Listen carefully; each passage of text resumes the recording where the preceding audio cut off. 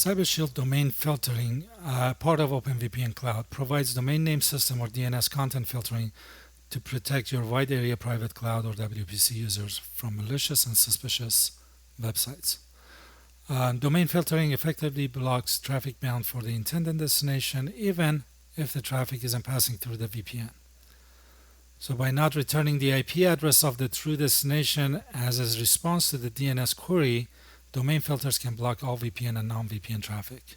You can choose to simply monitor the number of domain name resolutions that fall into these content categories, or you can take security a step further and enable blocking.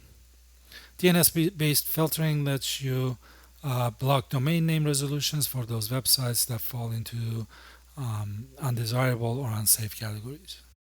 When monitoring is active, CyberShield domain filtering checks with content category each domain name is being queried belongs in, and if a domain name is matched to a category that is configured to be blocked, then that domain name is not resolved as expected, and this site can't be reached pages displayed. Now, specific domain names can be added to allow or block list as well. CyberShield domain filtering provides data reporting on the number of observed and blocked domain name queries originating from your users also.